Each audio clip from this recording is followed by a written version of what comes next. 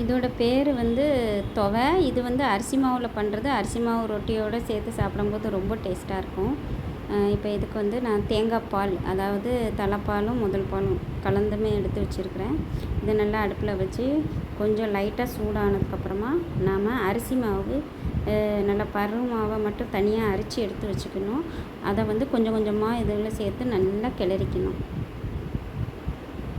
அது கிளற கிளற நல்லா வந்து திக்காக வரும். பாருங்கள், இந்த அரிசி மாவு வந்து நல்லா வெந்துடணும். இது வேகாமல் இருந்துச்சுன்னா துவை டேஸ்ட் இருக்காது. இப்போ பாருங்கள், இப்போ நல்லா வெந்ததுக்கப்புறமா இதில் வந்து சீனி சேர்த்துக்கணும். கொஞ்சம் கொஞ்சமாக சீனி சேர்த்து நல்லா கிளறணும். அப்படியே கலர் வந்து சேஞ்ச் ஆகும். இப்போ இந்த நல்லா ஒயிட் கலரில் இருக்கிறது வந்து ஒரு மாதிரி லைட் க்ரே கலரில் மாறும். இப்போ பாருங்கள், நாங்கள் சீனி சேர்த்து நல்லா கிண்டிட்டேன்.